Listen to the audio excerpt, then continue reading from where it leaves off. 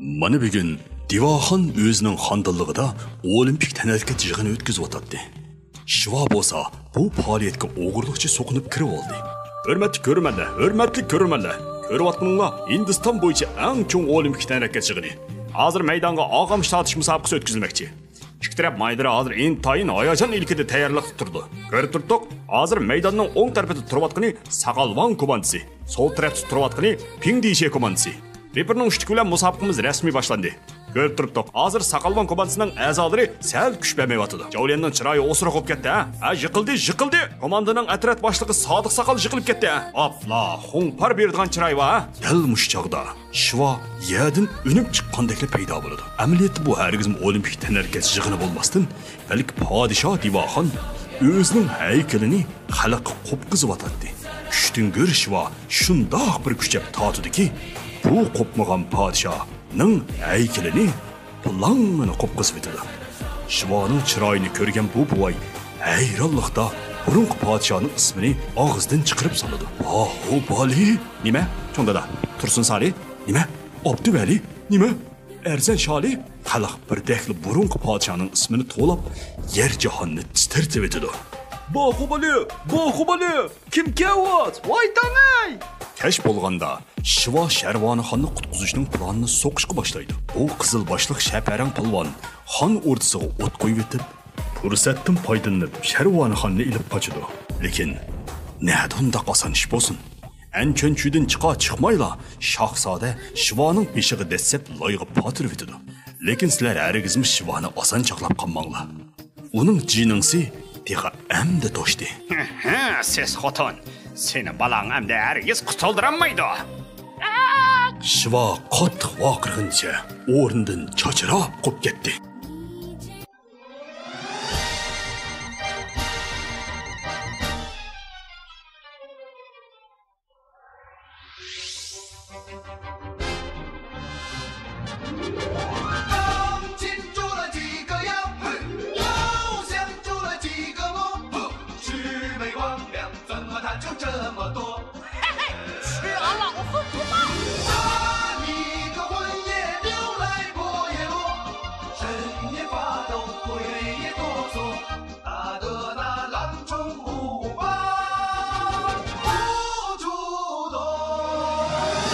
Shohzodaning kallasining yerga tushganligini ko'rgan Katappa, "Xap qo'limdagi nayzini bir yerimga tiqib etmaydigan bo'lsam" deb Shivoga qarab yuguraydi. Shivo bo'lsa, "Chechimni otdim shaloqqina, tizlan qiyri valoqqina" deb qattiq oliyvitdi. Shivoni Bahubaliga o'xshatib qolgan Katappa, xuddi varatog' to'p kirgandek xo'sholab, yangi olgan ishtinni yitib, Shivoning oldiga tizlanib boradi. Demek, Hindiston shtatlarining sufati haqiqatan yaxshi.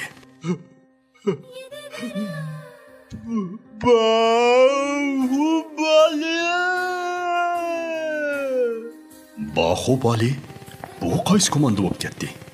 Shivo o'ylashib qoldi. Hamda kichik birlik bilan buvayning beshiga dassab, yomg'irda shoy turib ketdi. Avadika bo'lsa, "Vey men gavfushoydan birini tepibdiman-ku" deb gul qaqalari ichilib ketdi. Cho'ngdada, Bahubali degan zot kim u? Bu ishlarni so'zlab kelsak, 50 yil burundan boshlaymiz. Burunning burunisida Hindiston podshohligida bir odil podshoh bo'lgan bo'lib, u vafot bo'lgandan keyin bir tul xotin bilan ikki shahzoda siqib qoladi. Xonish oyimni bir ayol zotkan deb vazirlar bo'za qilib taxtni talashmoqchi bo'ladi. Lekin bizning xonishmo boshqa cho'konlardek mandungzo mangdigan cho'kon bo'lib, qiqos yangsibotdi. Undaq osiy vazirlardan qattiq qo'rqib qolmaydi. "Ey Katappa, bir stol taqilma deydi." Osiylarni yo'qotgandan keyin vazirlar xonishning taxtda o'ltirishini talab qiladi. Lekin xonish bo'lsa, "Men bir ayol zoti, taxtda men o'ltirmayman. Mening bu ishga o'g'lim qaysi yaramliq bo'lib cho'ng bo'lsa, shu Hindiston podshohligiga xon bo'ladi" deydi. Shuningdan boshlab bu ikki shahzoda haqiqiy podshoh bo'lish uchun butun kuchi bilan tirishadi. Bahubalining mijozi ochiq yo'riq bo'lib, u doim yerdagi kayg'ani dassab, shamshirni ilib, o'ziga o'q yotqizib o'ynaydi. hem de anda munda mahalldeki kızlarını mı çiğqatıp mı koyatdı. Ya adaşa bahu qarğına bek şöykəm. Ya adaş ipini qımma bek şöykəm. Bala diva bolsa, mijazi keskin bulup devletinin kuruluş işleriga yordamlashgach tosh chiqib yer tuzlaydi. U ikkisi doim bir yerga kelib, tavxun to'pi yarashamdu qizil ishdanmi degan temada munozara olib boradi. Bir kuni bir ishpiyon devletning maxfiyatligini o'g'irlikcha ilib qochib ketadi. Bahubali bilan Bala diva xonishning buyrug'iga asosan ishpiyonni tutqini yo'lga chiqadi. Shaharga kirgan Bahubali Mayyobadan birni tepib, xo'junidan bir siqim 50 tillik shokoladni ilib, Maypurishning oldiga otadi. Bugun akşam Wachinko bu gapni anglagan mahaldagi zoboylar xuddi o'zining xotini o'lib ketgandek xush bo'lib ketadi. May ichayli komzakdan, qizlar chiqdi g'o'zakdan. Menga uchun oz kelar zaylaylangi bo'dakdan. Bahubali mana mushundoq xalqni yo'laydigan, qiz bolalarning beshini silaydigan yaxshi yigit edi. U qarmoqqa ayshratga berilganda qilg'uni bilan amaliyotda uning asli xiyoli vazifada edi.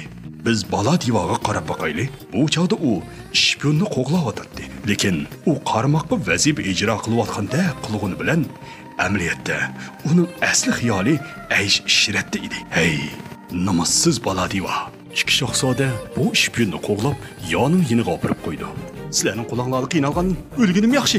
Bala diva, orqamchini qo'yvat. Majmu! Gepining yerminini anglab qolgan bu sodda Bala diva orqamchini qo'yitib qoldi. Orqamchi bo'lsa Hindistondagi birdan-bir toshga ilishib kelib to'xtab qoladi. Bundaq payz toshni tepib olgan Bala diva pichig'ini bilay deb turishiga katabba jiroqdan otni choptirib kelib qoladi. Ishpiyonning og'zidan bular jiroqdan bir qariq olmasdi o'zining tuman ming lashkarlarini boshlab chekatkidek bostirib kelayotganligidan xabar topadi. Buni anglagan xonish, Şahzadilar, bu qariq alvasning terisini qaysinglar yuzib akilib, menga no'rga chapan qilib birdigan bo'lsanglar, men shuni xondanlik podshoh qilaman, deydi. Atsi Bala diva qolidan birini bo'g'izlab, jangchilarni rag'batlantirdi. Bahubali bo'lsa, dod pichoqqa qo'lini surkab, yer eg'izi yuqumlanganlikdan 30 yoshida vafot bo'ladi. Shuning bilan bu kinoimiz tugadi. Nadamda asos olsun. Bahubalida qaysar balla bundaq oson vafot bo'lmaydi. Urush boshlandi. O'qyolar yomg'irdak tushishga boshladi. Ko'pchilik uydan akaygan qonvaltirlarni oldiga tizishga boshladi. Bir to'p ko'mir kondan yangi chiqqan maxluqlar ushqandek etilib kelmoqda edi. Ularning kiyimining yalang ekanligini ko'rgan Bahubali ichi og'rib, ularga yo'g'on yotqandan birini yeb qo'ydi. Hamda yotqanga o't qolib, ularga illiqlik yetkazdi. Qaysar shahzodalar bir-biridan qilishmay, u yoqqa bir pichoq, bu yoqqa bir chaydo etib, dushmanlarni ishtiniga siygizib etdi. Qahramon Bahubali dushmanlar oz bo'lgan yo'llarni tepib, qaysarlik bilan jang qildi. Rezil dushmanlar bo'lsa, Bahubalining oldiga begunoh puhrolarni ochib qo'ydi. Lekin buning pisand qilmagan Bala diva komboyin bilan hammasini o'rib tashlaydi. Ikki shahzoda qatma-qat bo'stirmalarni besib o'tib, oxiri qariq olvasining oldiga keldi. Bala diva o'zining uzun bolqisi bilan birni qo'ydiki, anchanday taqamagan bu qariq olvasni o'ngdisiga chiqib ketdi. Fursatni ko'zlagan Bahubali, "Ayyo, men bug'doq qilatdim" deb ushqandek qariq olvasni qarab hujum qildi. Qariq olvasni bo'lsa uning omroqlik kelib ketib, "Maka bir quchoqlayman" deb baq-baq qildi. "Qo'ybat meni. Yo'q, yana bir quchoqlay." Buningga qarab o'tiranmagan Bahubali bir mollaga yetib qechib qutuldi. "Meningga qara, xonboz! Yana xonboz! Xonboz! Xonboz!" Qoni ko'rib baxmagan bu Hindistonliklar to'pchanglikda xonboz o'ynaydi. Darg'azabga kelgan Bahubali qo'liga chiqqan narsani elib, qariq olvastini yaman urib etdi, yaman urib etdi. Bahubali shamshirni shundoq to'g'irlab, dushmanning kallasini olay deb turishiga insonlar tarixidagi tunji changrintu voqeasi yuz berdi. Dushmanni o'ltirib, o'ngishli qoldi podshoh bo'lgan bo'ldim deb xomxiyol surgan Bala diva o'ylamagan yerdan song'un bo'lib qoladi. Ha, asli Bala divani podshoh qilsam bo'ladi. Lekin Bahubalining chechi bakrak budirki, shunga Bahubali podshoh bo'lsin. Mana chivin po'q yeyman desa, bahonasi qanmidi degan mushuda. bu gapni anglagan Shiva hayron bo'ladi. Bundaq qaysar Bahopalini zodi kim o'ldiribdi? Men. Shuning bilan Bahopalining hikoyasi oyoqlashdi.